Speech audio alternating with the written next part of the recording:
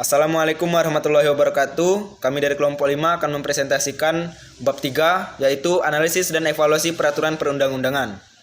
Penyusunan peraturan perundang-undangan haruslah memperhatikan prinsip-prinsip hukum umum yang berlaku dalam hierarki peraturan perundang-undangan yang ada. Salah satu prinsip yang dikenal yaitu peraturan perundang-undangan yang lebih tinggi kedudukannya dijadikan sebagai landasan atau dasar hukum bagi peraturan perundang-undangan yang lebih rendah atau yang berada di bawahnya, atau yang dikenal dengan lex superiore derogat lex inferiore. Dengan mendasarkan pada prinsip tersebut, maka materi muatan atau isi dari peraturan perundang-undangan yang lebih rendah tidak boleh bertentangan dengan materi muatan atau isi dari peraturan perundang-undangan yang lebih tinggi. Rancangan peraturan daerah tentang produk hukum daerah ini disusun dengan mendasarkan pada berbagai ketentuan peraturan perundang-undangan terkait.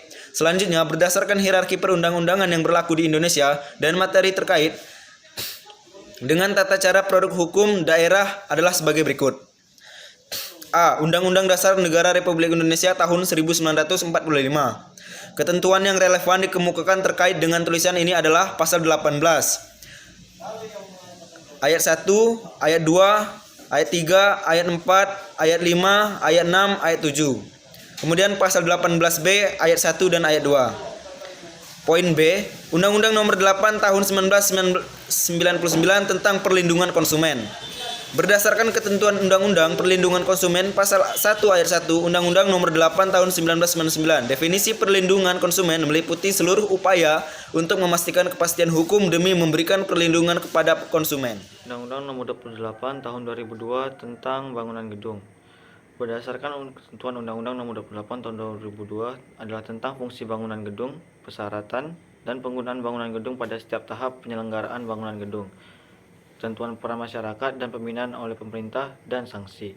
Maksud dan tujuan pengaturan tersebut dilandasi oleh asas kemanfaatan, keselamatan, keseimbangan, dan keserasian bangunan gedung dengan lingkungannya, bagi kepentingan masyarakat yang berperi kemanusiaan dan berperi keadilan. D.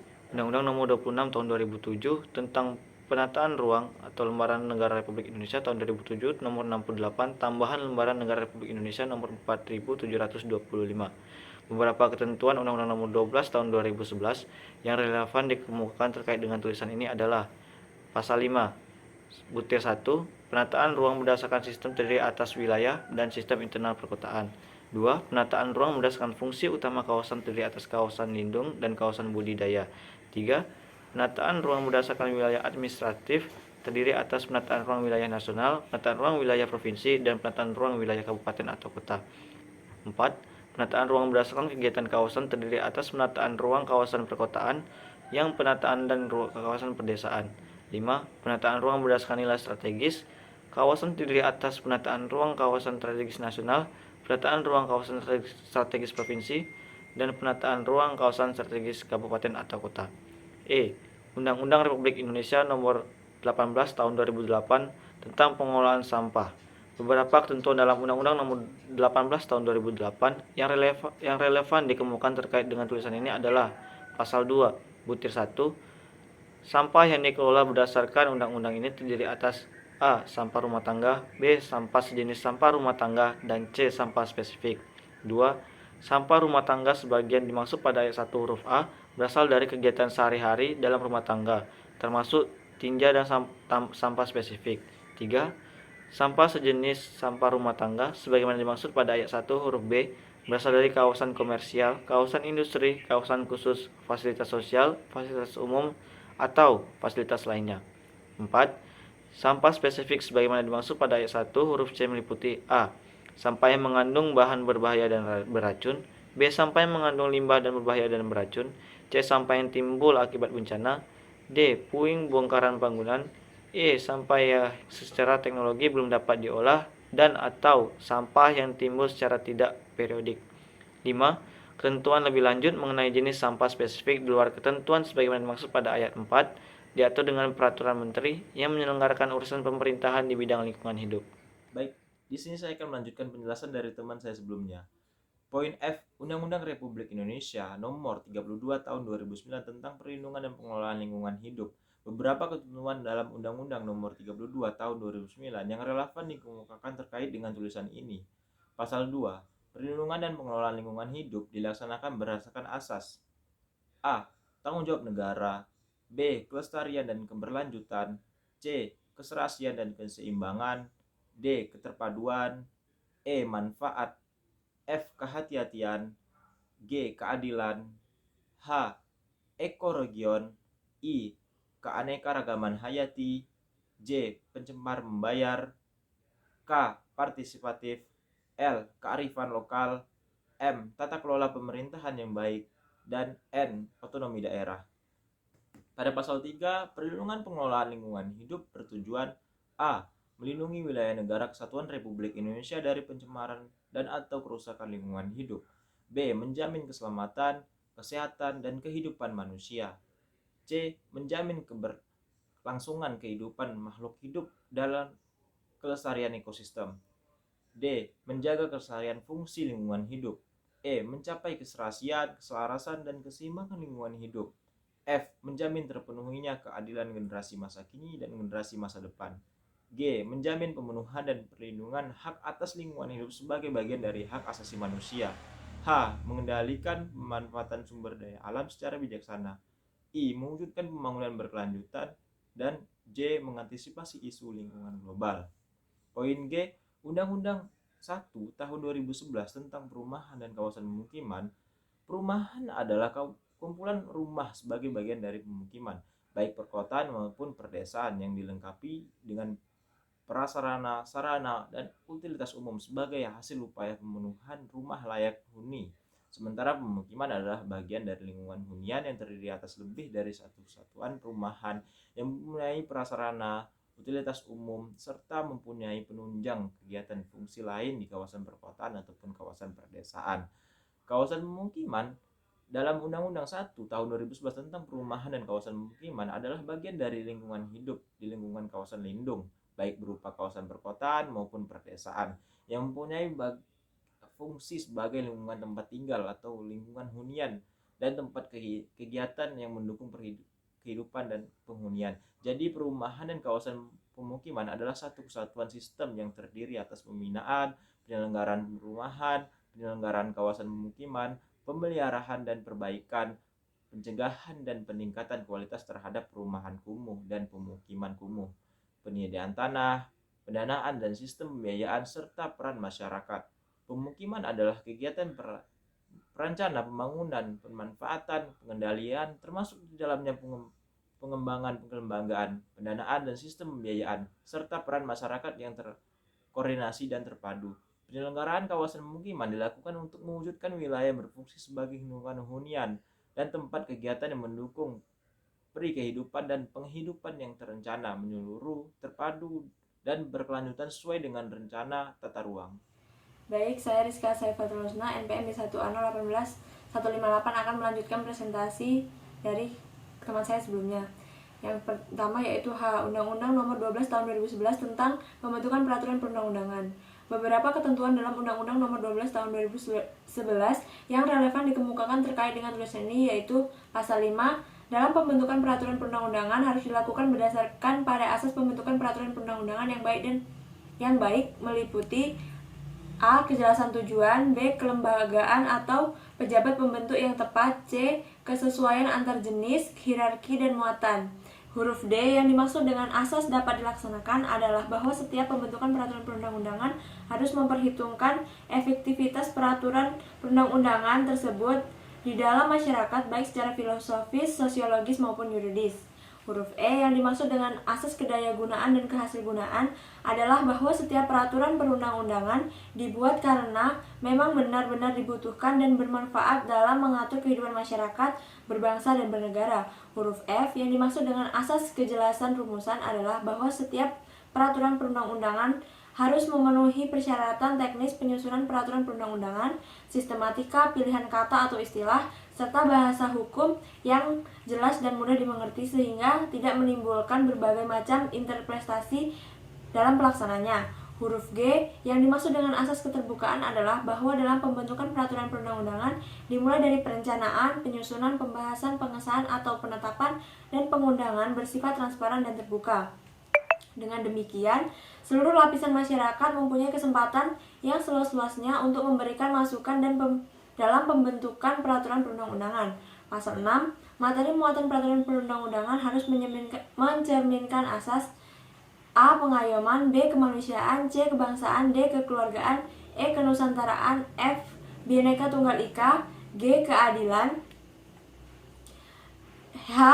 Kesamaan kedudukan dalam hukum dan pemerintah, I. Ketertiban dan kepastian hukum, dan atau J. Keseimbangan, keserasian, dan keselarasan. Huruf A. Yang dimaksud dengan asas pengayoman adalah bahwa setiap materi muatan perundang-undangan harus berfungsi memberikan perlindungan untuk menciptakan ketentraman masyarakat. Huruf B. Yang dimaksud dengan asas kemanusiaan adalah bahwa setiap materi muatan peraturan perundang-undangan harus mencerminkan perlindungan dan penghormatan hak asasi manusia serta harkat dan martabat setiap warga negara dan penduduk Indonesia secara proporsional. Huruf E. Yang dimaksud dengan asas kebangsaan adalah bahwa setiap materi muatan peraturan perundang-undangan harus mencerminkan sifat dan watak bangsa Indonesia yang majemuk dan tetap menjaga prinsip negara kesatuan Republik Indonesia. Huruf D. Yang dimaksud dengan asas kekeluargaan adalah bahwa setiap materi muatan peraturan perundang-undangan harus mencerminkan musyawarah untuk mencapai mufakat dalam setiap pengambil keputusan. Huruf E. Yang dimaksud dengan asas kenusantaraan adalah bahwa setiap materi muatan peraturan perundang-undangan senantiasa memperhatikan kepentingan seluruh wilayah Indonesia dan materi muatan peraturan perundang-undangan yang dibuat di daerah merupakan bagian dari sistem hukum nasional yang berdasarkan Pancasila dan Undang-Undang Dasar Negara Republik Indonesia tahun 1945. Huruf F. Yang dimaksud dengan asas Bhinneka Tunggal Ika adalah bahwa materi muatan peraturan perundang-undangan harus memperhatikan keseragaman penduduk, agama, suku, dan golongan, kondisi khusus di daerah, serta budaya dalam kehidupan bermasyarakat, berbangsa, dan bernegara.